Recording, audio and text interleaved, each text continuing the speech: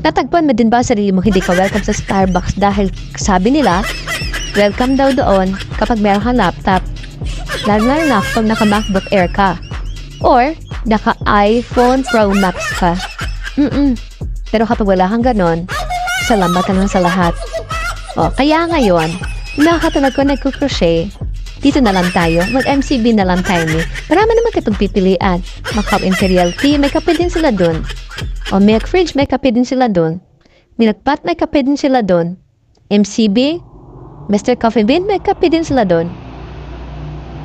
Coffee Project, meron din, may kape din sila dun. Cafe Lab, meron din silang kape dun.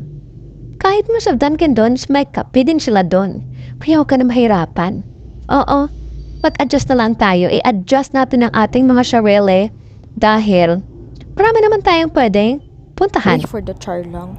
Hoy, pwede ka din mag-Starbucks.